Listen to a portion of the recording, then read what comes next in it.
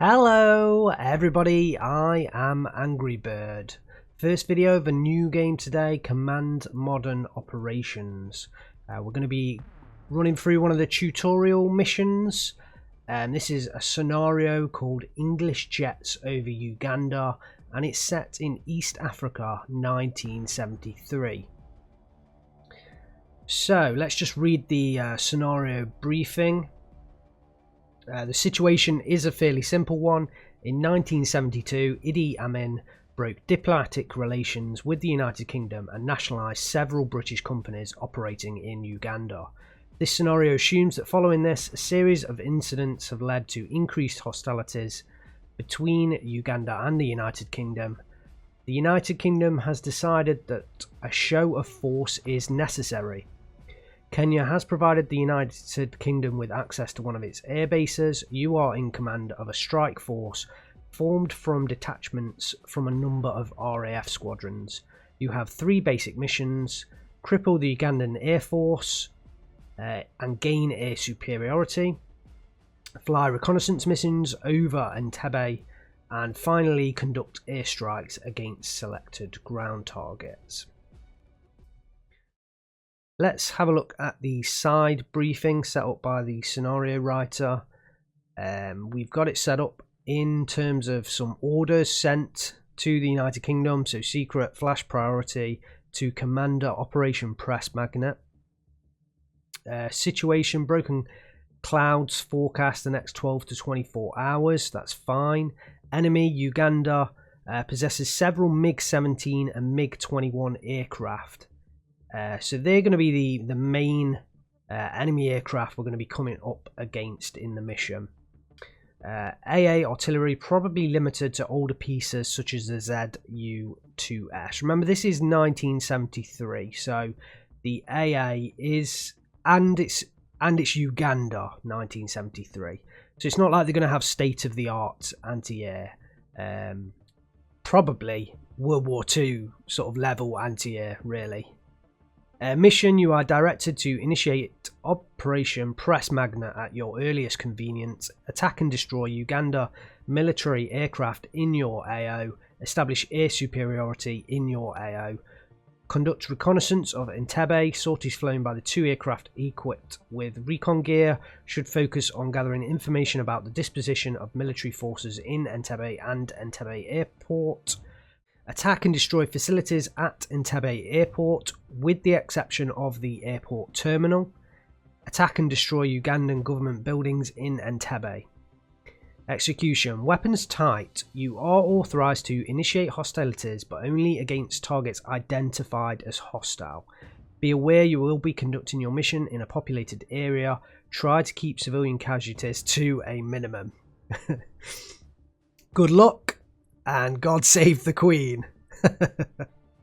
Okay, let's go through the enemy aircraft. I think it's important to have a look at them so we understand their capabilities. So first up we have the MiG-17 with a nice picture here in the database.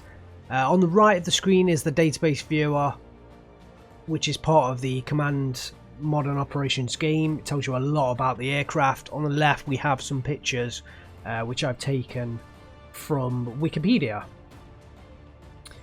So the MiG-17's NATO reporting name is Fresco. It's a high subsonic fighter aircraft. It was produced in the USSR from 1952 and operated by numerous air forces in many variants. It's an advanced development of the very similar appearing MiG-15 of the Korean War.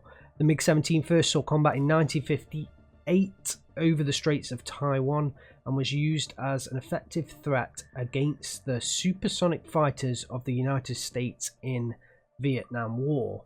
There's a lot about the development and production. I think the one thing to pick out here is the basic MiG-17 was a general purpose day fighter armed with 3 cannons. It could also act as a fighter bomber, but its bomb load was considered relatively light and it usually carried additional fuel tanks instead of bombs. So it's a fixed wing attack plane. In terms of its loadouts, if we scroll down, the loadouts that it carries are basically either unguided bombs, internal guns with some additional fuel tanks, or rockets. It's kind of either or, so you've either got the internal guns or the rockets. It's not both from the looks of things, and it's a day only fighter. And here we have the MiG-21, which is NATO reporting name Fishbed. And the MiG-21 is a supersonic fighter jet and interceptor aircraft, designed in the Soviet Union, of course. Early versions were considered second generation jet fighters, while later versions are considered third generation jet fighters. Approximately 60 countries over 4 continents have flown the MiG-21. It made aviation history. It was the most produced supersonic jet aircraft in history, the most produced combat aircraft since the Korean War, and it was the longest production run of a combat aircraft, although that's now been beaten by the F-15 Eagle and F-16 Phaeton Falcon. In terms of loadouts, the one that's important to us is the air superiority loadout, where it has 4 AA-2A ATOL missiles. And if we click on that, there's the AA-2A ATOL missile. It's a short-range air-to-air missile, and let's see, its range is 4 nautical miles. So that's the distance we've got to be worried about. We don't want to get within 4 nautical miles of the MiG-21 because it can fire this ATOL missile. Now, the interesting thing here is it's a stern chase mid-course. My understanding is that means that you have to be behind the enemy aircraft to fire this thing, and then once it gets into its terminal range, the missile takes over and guides itself using passive infrared guidance. But the important thing is the MiG-21, as far as I'm aware, it has to be behind the enemy aircraft to fire its missile, and also within 4 nautical miles. Okay, for the British, first up we have the Shackleton AEW-2, which is the Airborne Early Warning Aircraft, and I always struggle to say that. So this was a British long-range maritime patrol aircraft used by the RAF and the South African Air Force. It was developed by Avro from the Avro Lincoln bomber, which itself was a development from the famous wartime Avro Lancaster bomber. The Shackleton was primarily used in the anti-submarine warfare role and maritime patrol aircraft roles. It was also frequently deployed as an aerial search and rescue platform. In terms of the aircraft, the important thing are the radars.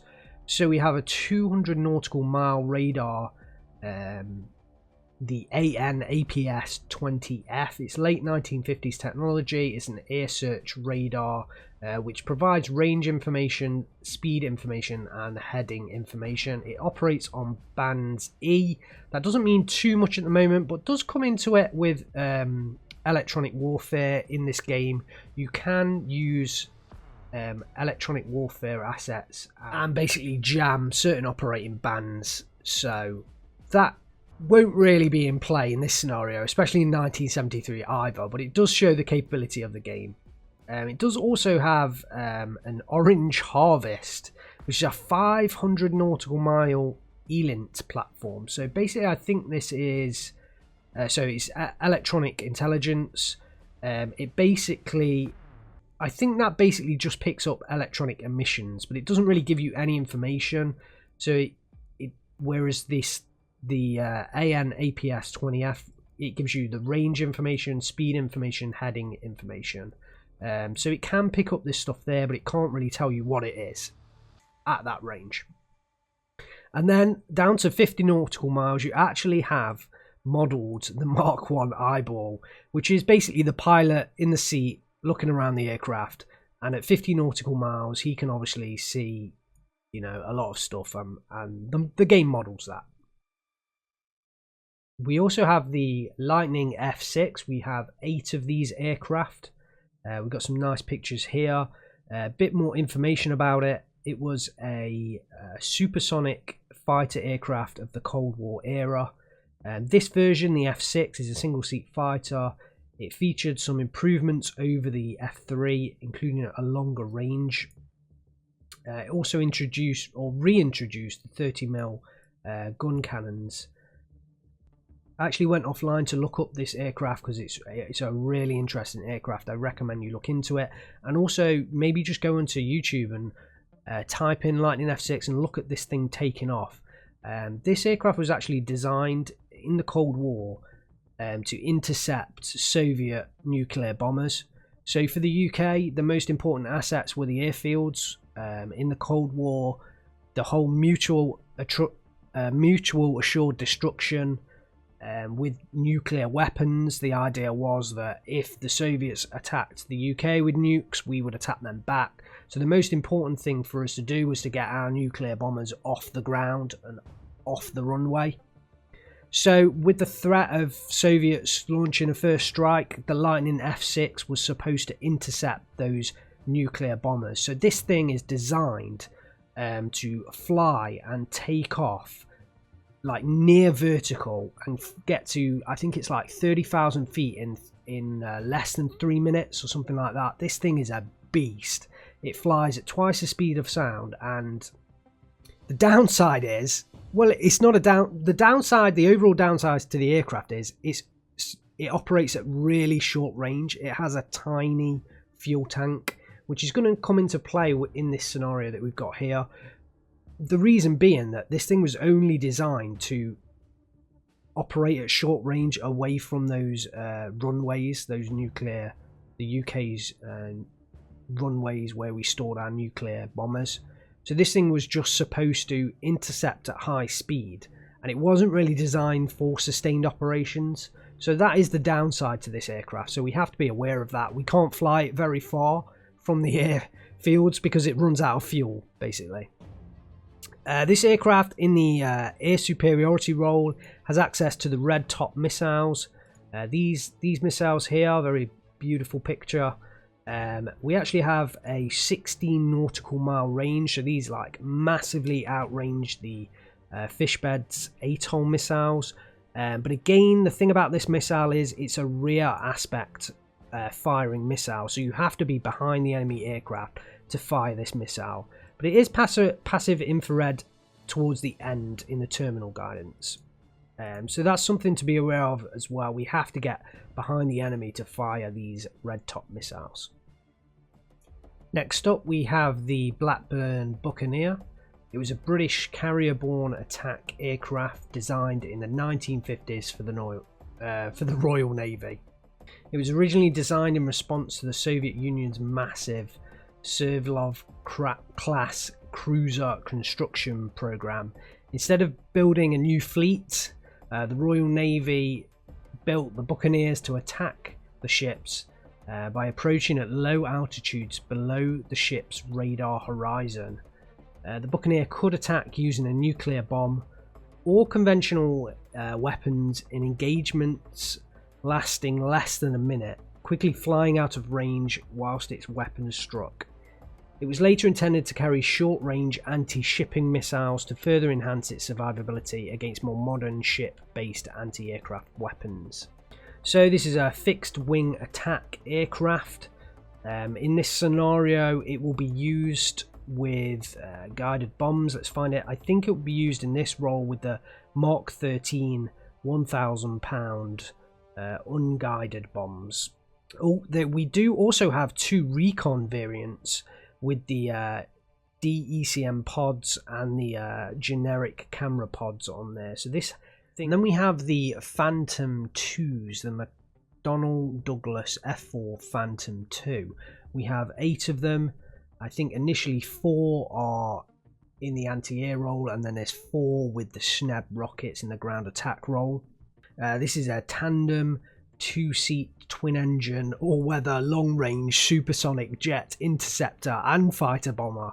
The UK bought versions based on the US Navy's F4J for use with the Royal Air Force and the Royal Navy's Fleet Air Arm. The main differences were the use of the British Rolls-Royce Spey engines and of British-made avionics. The Royal Navy and Royal Air Force versions were given the designations F4K and F4M respectively. So it's a fixed-wing, multi-role aircraft.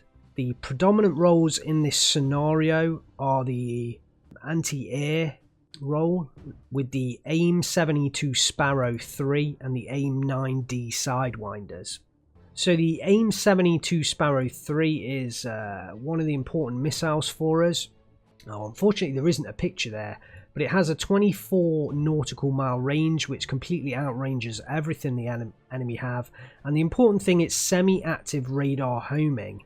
Now that's different to the other missiles because this thing can be fired facing the enemy aircraft. So on an interception course, you don't have to be behind the enemy aircraft to fire this missile. So this is an incredibly important aircraft for us. And we're going to be using a lot of them. I actually re-rolled all the ground attack aircraft into the air superiority role.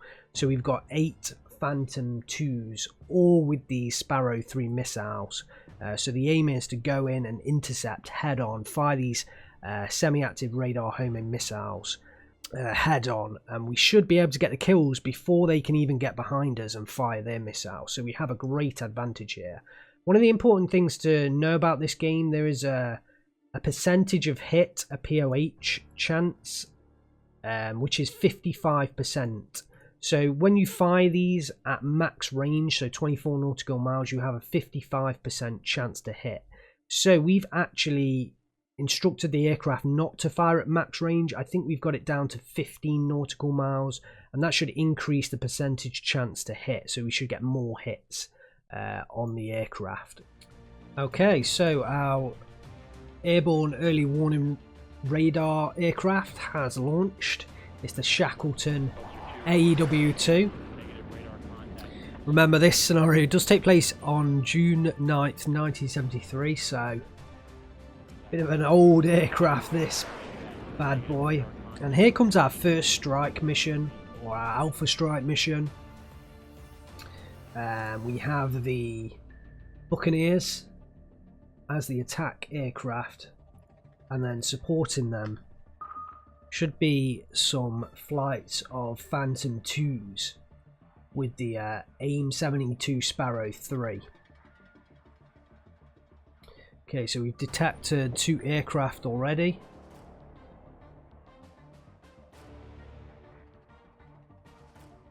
And they're flying in formation, so it makes me very suspect. We'll see whether they turn and head towards us.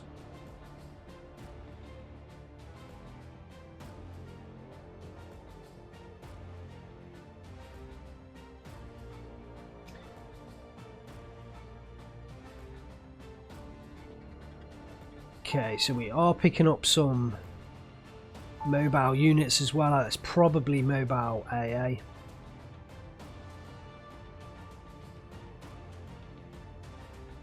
Are they turning towards us?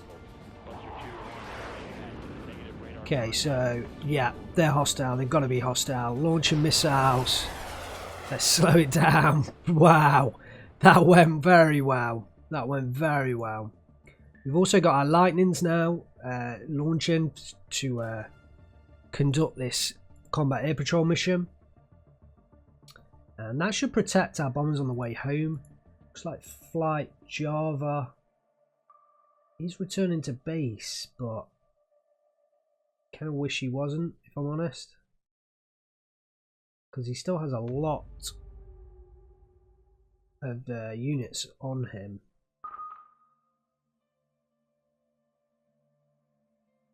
See whether we can.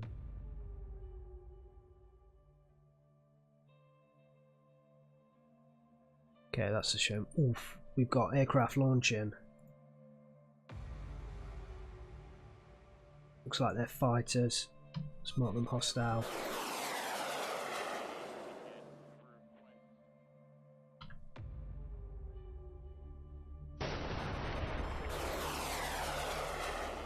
So the our other Phantom 2 escorts behind were protecting us there. Looks like we've got our bombers are coming into range now. And we have bombs away. We're dropping on several targets. Over here we're hitting... Oh, looks like we were hitting a military base. Doesn't look like we did a hell of a lot of damage there. Although we think we destroyed some... possibly some aircraft hangars here. Oh yeah, structure military base. So we did about half damage on that. We've got some more aircraft coming in now as we speak as well.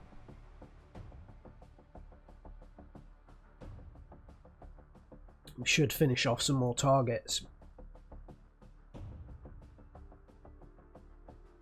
Okay, so their bombs away. Looks like 2 of them are heading for the military base. In fact, all 3. Yeah, I think that guy is dead. Ooh, looks like we've got some AA up there as well. Okay, so I think that's a fairly successful strike. Oh, we've got a fighter down here.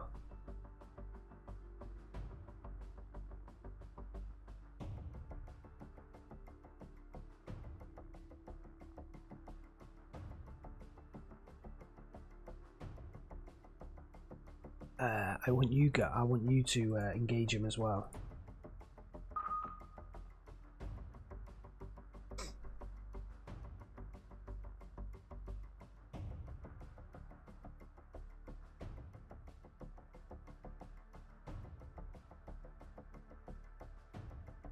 I think he's just out of range.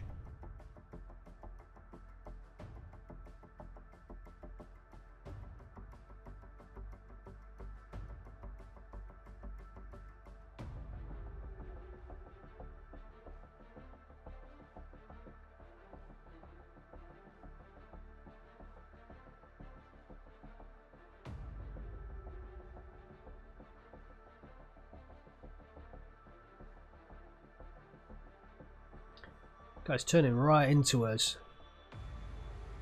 Looks like he's going for a head-on pass. No, he's just turning away again, I think.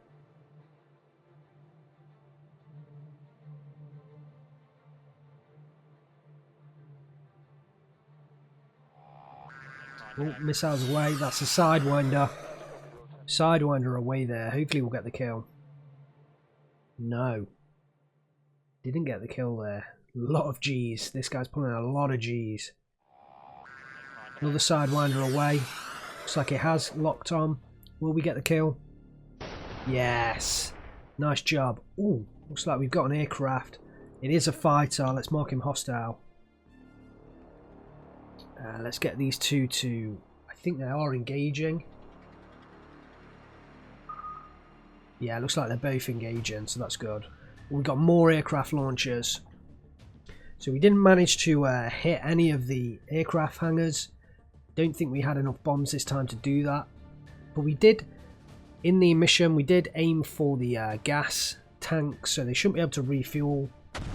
Oof, we lost one of the Phantoms head-on pass there to the MiG-21 MF Fishbed, so that's not great.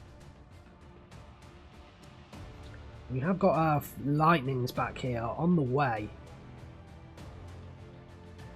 So hopefully they'll get there in time. We've got a lot more bogies coming into us. Oh, Sidewinder away. Come on, get the kill. Get the kill. Yes, we did get the kill. Let's return to base. I want him out of there. By the time these aircraft here catch up, they should be within the scope of our Lightnings, so that should be okay. That was the first strike mission down. I think it was fairly successful. We only had 6 bombers, so we couldn't quite hit, you know, a lot of targets, but I think we got rid of the military base. That was a big hit for us.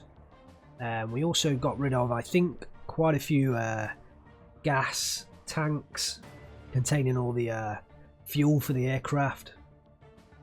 So they should not be able to, you know, do many more missions because they won't have any fuel to refuel themselves. So that was the aim with that target. I'm going to go back, refuel, rearm, make another pass, and maybe hit the aircraft hangars this time. Okay, so in come my lightnings.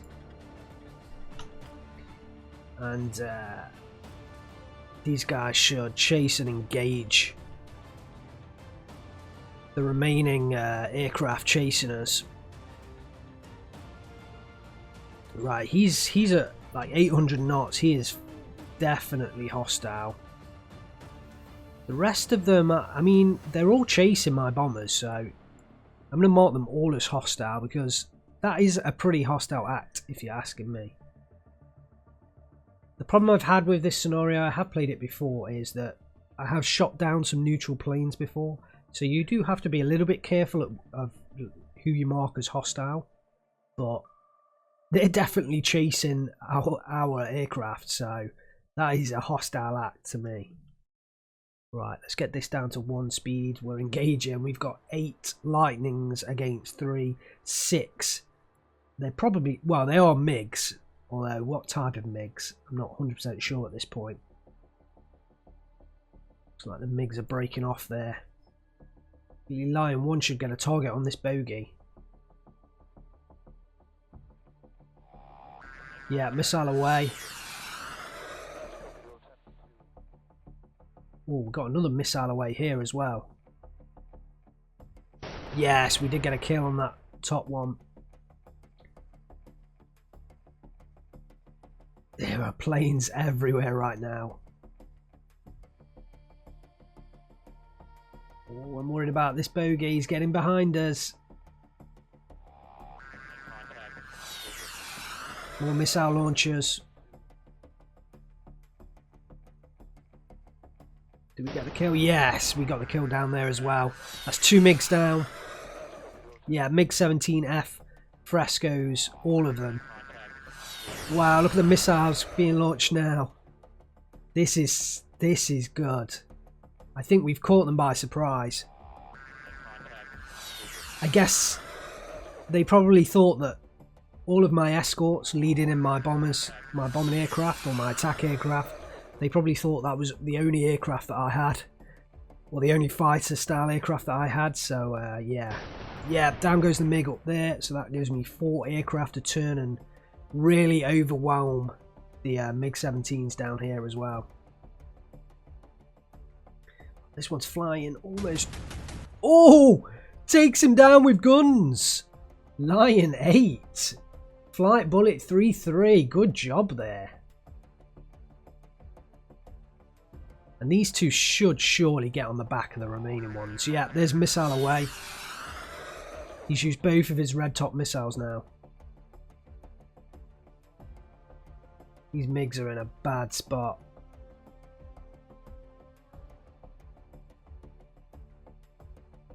Oh, will that missile hit? No, missed.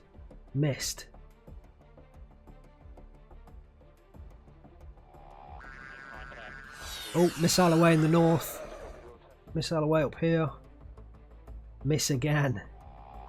Another missile away. Yes, we do get the kill there. 1 MiG left. 1 MiG left. These guys. Oh, RTB Winchester. He's continuing his patrol. We need to engage. What's this guy doing? He is on patrol as well. Want you to engage. It doesn't look like he's turning. I think it's probably because this guy's like right behind him that he's like, nah, he'll get the kill. There's no need. There's no need for me to turn and engage. Look at these MiGs flying in between all my aircraft. Oh my. Oh, who engaged there? Wow, someone back here. Line 7, I think it was.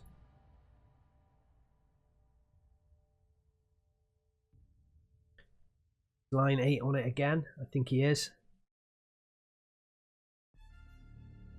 He has 1 missile left.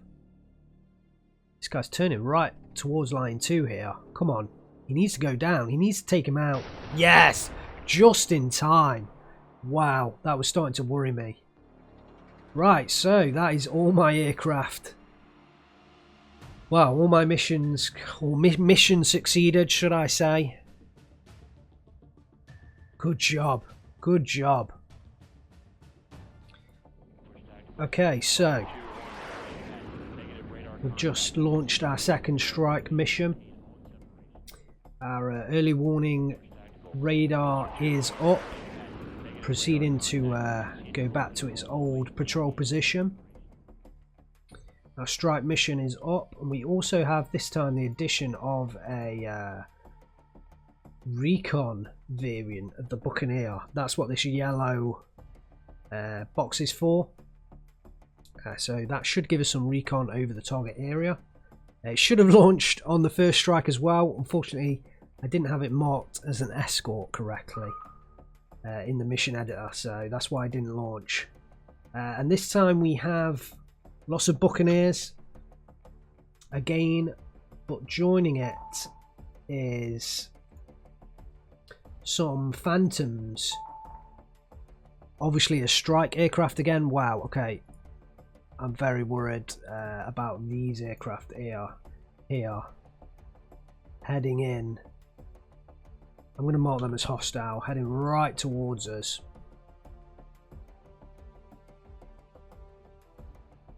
Flying in pairs. We also have, yes, here they are. So we had a Phantom shot down. So instead of having 8 Phantoms, we have 7 Phantoms. So we've kept 4 of them in the air-to-air role, in the fighter role as escorts, and then the other 3 we have rearmed with the Mark 13 £1,000.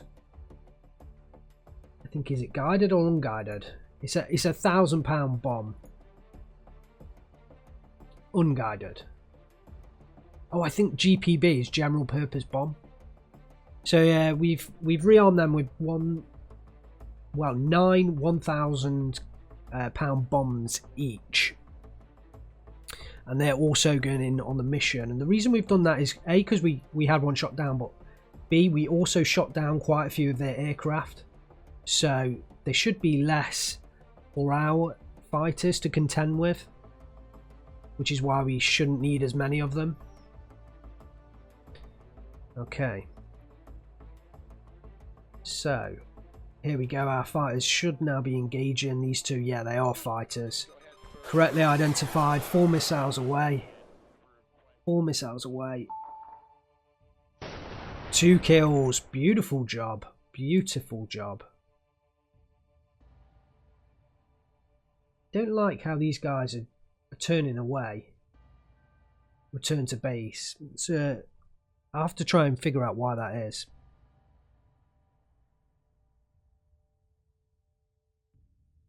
Okay, looks like obviously we lost positioning on a lot of these units, so we just need to mark them hostile again.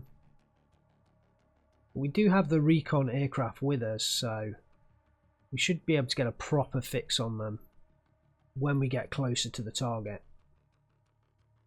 Now those aircraft are dealt with, let's just speed up again. Let's get a little bit closer in. That's the launch of my combat air patrol, my lightnings behind again, just to help any aircraft on the way back from the strike mission. Right, we're getting in close now.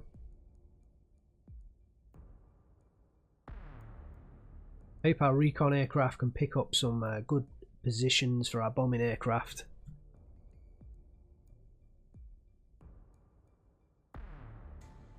I'm not sure whether we'll get another strike in after this one, so this might be the final strike that we get in.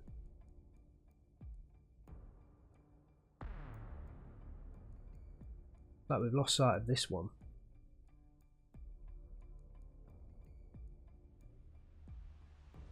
Here they come. Yeah, so I think we're picking up proper locations now.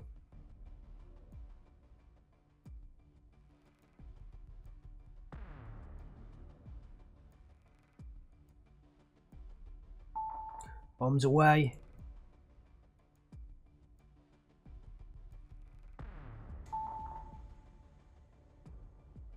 Ooh, hitting the ammo shelters up there. We destroyed a AAA gun. Not sure why that pop-up was required. A 37mm gun. Oh, looks like we've got something up there. Let's mark that hostile. More bombing aircraft coming in now as well.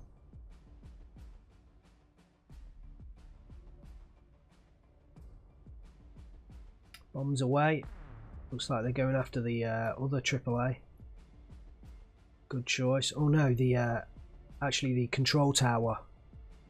Oh, and killing the control tower gives us the scenario finish.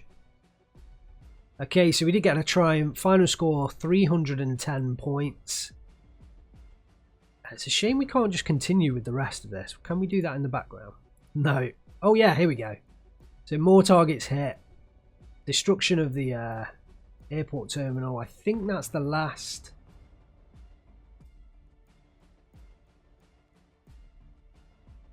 No, we still have these bombers coming in as well. There are still a few more left to get. I don't think this will affect the scoring, but we'll see. I think we can call that back up again.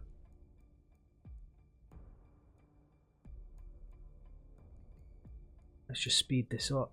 Get till they get in on target. Wow, look at that radar just moving there.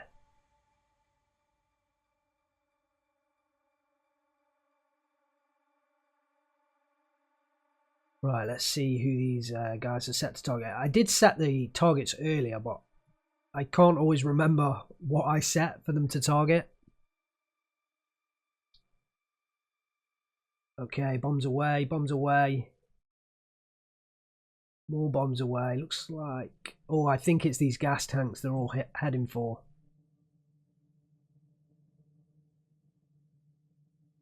Yeah.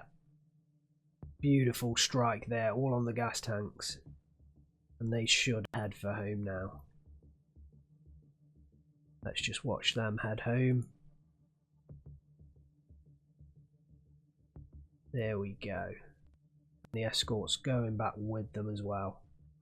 Beautiful, beautiful. Here's my combat air patrol just to help them pick up any stragglers on the way.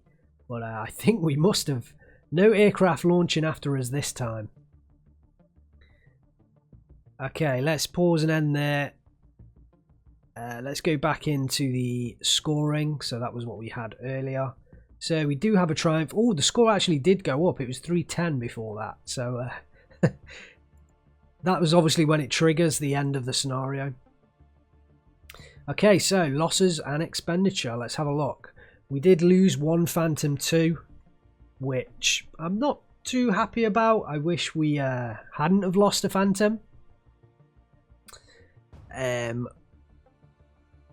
What did we expend? 16 AIM 72 Sparrow 3s, 57 £1,000 bombs, 3 Sidewinders, 13 Red Tops, and 60 rounds, I think. 60 rounds of 30mm ammunition. Let's have a look at Uganda. What did they lose? So we lost 1 Phantom.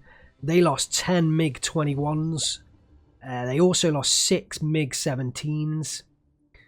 They lost 4 ammo shelters. They lost a military base or military structure. They lost 2 medium aircraft hangars. They lost 1 set of binoculars. They lost 1 vehicle, which I think is like a radar. I think that's a radar there. Like a radar to spot targets for the almost like a ground control radar probably. They lost 4 I think that's they are anti-aircraft guns, the 14.5mm guns. They're at AA. So it was 4 AA guns, they lost a control tower, and they lost 3 gas tanks. And they expended 40 rounds of 23mm ammunition. So that's what took out our Phantom II, which is a shame. Oh, we did shoot down a neutral aircraft, an AN-2T. But I'm pretty sure that that was engaged in hostile acts towards us, because I was pretty careful only to mark aircraft that were hostile towards us as hostile aircraft. So let's have a look at the scoring graph. I think that's the initial strike, and then we had a delay while we were waiting for the second strike to come through, and then that was the second strike. There we have it. Hopefully you guys enjoyed this scenario. It's my first command video, and I certainly really enjoy this game. It's actually a very expensive game, so if you're thinking about buying it, I would definitely do a lot more research into the game, watch more videos. There should be more coming out on my channel as well, but yeah, don't jump into this one because it's a very expensive game. So you know, you've got to be sure to get your money's worth with this game, more so than others. But I really enjoy it, and hopefully you'll see many more scenarios from me to come. These videos, they do take me a little bit longer to put together than like the Steel Division 2 videos, so I'm not going to do them like really regularly, but hopefully, you know, one a month at least. Yeah. Thanks very much for watching, guys. I am Angry Bird. I will see you next time.